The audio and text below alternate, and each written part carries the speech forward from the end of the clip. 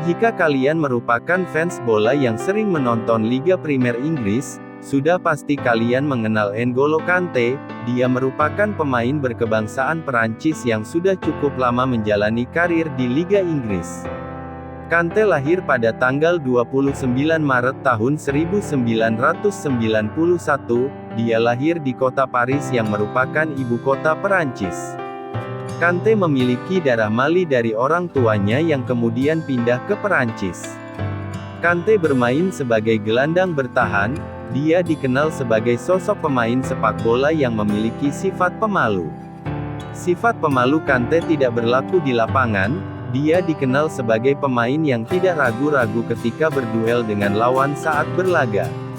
N'Golo Kante lahir pada tanggal 29 Maret tahun 1991 di Paris, Perancis.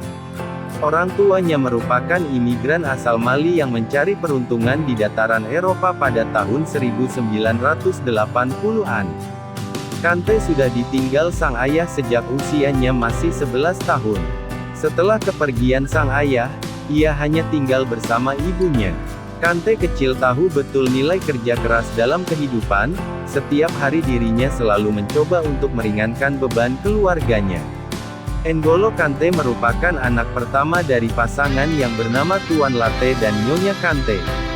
Kante tumbuh di sebuah daerah di Ruelle Malmaison, daerah suburban kecil dan padat di kota Paris. Daerah ini dikenal sebagai tempat para pekerja kasar. Tumbuh di Ruelle Malmaison, masa kecil Kante dihabiskan dengan menjadi pemulung. Ia berjalan jauh di bagian timur kota Paris untuk mengumpulkan limbah dan sampah. Benda-benda itu, ia jual ke perusahaan daur ulang. Kante sadar pekerjaannya tidak bisa memenuhi kebutuhan keluarga. Saat itu ia memiliki impian yang tinggi. Ia akan bekerja keras untuk bisa membebaskan keluarganya dari lingkaran kemiskinan. Kehidupan keluarga yang kurang mampu membuat Kante lebih ingin bekerja ketimbang menonton pertandingan sepak bola. Ia hanya menyaksikan pertandingan sepak bola ketika ada bar atau kafe yang mempertontonkan pertandingan sepak bola di televisi. N'Golo Kante bercita-cita menjadi pemain sepak bola ketika banyak klub-klub remaja yang berdiri di sekitar rumahnya. Sampai pada akhirnya Piala Dunia 1998 memberinya kisah tersendiri. Kante mulai belajar arti dari sepak bola. Timnas Perancis kala itu benar-benar membuatnya takjub.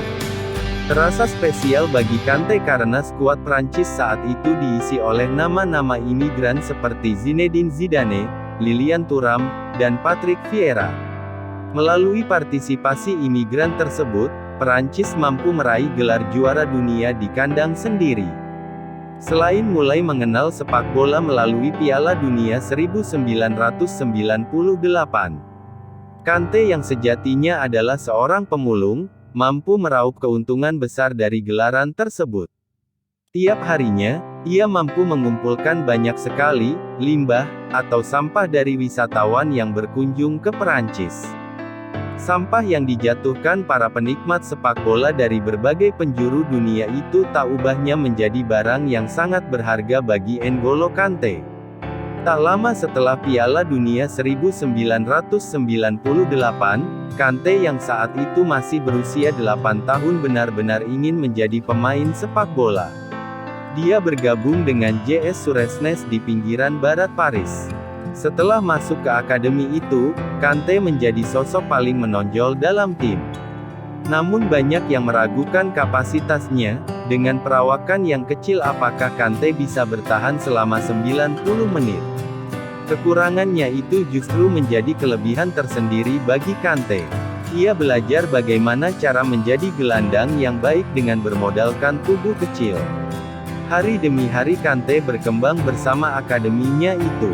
Beberapa piala berhasil dipersembahkan oleh N'Golo Kante. Namun ada satu hal yang paling mencolok dari sosok Kante, dirinya selalu menghindari perayaan saat timnya memenangkan sebuah kejuaraan. Setelah menghabiskan 4 tahun bersama akademi pertamanya itu, Kante masuk dalam jajaran pemain muda yang ikut melatih anak-anak yang berusia lebih muda darinya. Ia mengambil jam ekstra untuk melatih anak-anak itu. Dalam hal ini, Pierre Ville yang menjadi manajernya saat itu menjadi sosok penting yang menjadikan Kante sebagai pribadi yang patut diperhitungkan. Dari situlah Kante mulai mendapat pundi-pundi uang.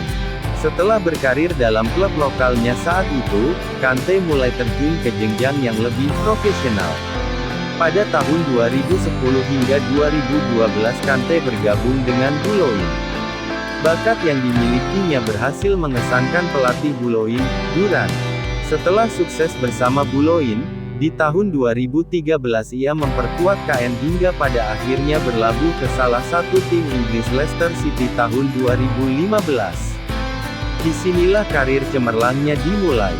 Setelah sebelumnya ia sempat mengungkap bahwa dirinya ingin sekali bermain di Inggris, Leicester City menjadi salah satu cerita sukses N'Golo Kante sebagai pesepak bola profesional.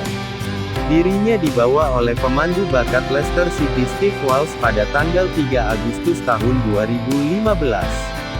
Kante benar-benar menunjukkan kualitasnya sebagai gelandang hebat dengan menjadi bagian dari musim ajaib Leicester City. Selain gelar juara Liga Primer yang ia raih bersama Leicester, Kante juga masuk dalam susunan PFA Team of the Year. Di tahun yang sama, Kante juga merasakan manisnya berseragam tim nasional Prancis. Berkat penampilan cemerlangnya bersama The Foxes ia dipanggil memperkuat Les Bleus. Debutnya terjadi pada tanggal 25 Maret tahun 2016 melawan Belanda. Bagi Kante, Leicester City sangatlah berjasa dalam pengembangan karirnya. Setelah hanya semusim dan tampil 40 kali serta cetak 1 gol bagi The Foxes, kegemilangan Kante akhirnya membawanya menuju Stamford Bridge dengan mahar 32 juta pound atau sekitar 560 rupiah miliar. Seketika itu pula, Kante menjadi gelandang yang dikenal di dunia. Meski memiliki gaji fantastis saat bergabung dengan Chelsea, Kante tetap menunjukkan sikap rendah hatinya.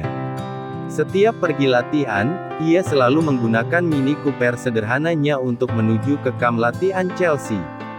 Musim debutnya bersama The Blues dilalui dengan gemilang, ia menjadi pilihan utama dan berhasil cetak 2 gol dari 41 laga di semua ajang. Kualitas yang menawan bersama Chelsea membawanya kembali menjadi kampiun Liga Primer Inggris di musim 2016-17. Selain itu ia masuk dalam skuad Piala Dunia 2018 di Rusia. Disinilah puncak karir N'Golo Kante. Ia dan teman-temannya sukses membawa menundukkan Kroasia di laga final. Keluguan Kante kembali tercermin saat ia menjadi pemain terakhir yang mengambil foto dengan trofi Piala Dunia. Di atas lapangan, Kante selalu bekerja keras. Ia berlari sepanjang pertandingan dan bisa mencakup hampir seluruh wilayah tengah. Kante tak kenal lelah. Hal ini membuatnya mendapat beberapa candaan, salah satunya berbunyi, jika 70% dunia diliputi air, maka sisanya diliputi Kante. Kini, Kante menjadi salah satu gelandang terbaik dunia, namanya sering dieluk-elukan oleh para insan sepak bola. Sosoknya yang rendah hati serta kegigihan yang tiada henti, berhasil membuat Kante mampu mewujudkan impiannya semasa kecil, yaitu mengangkat derajat keluarganya.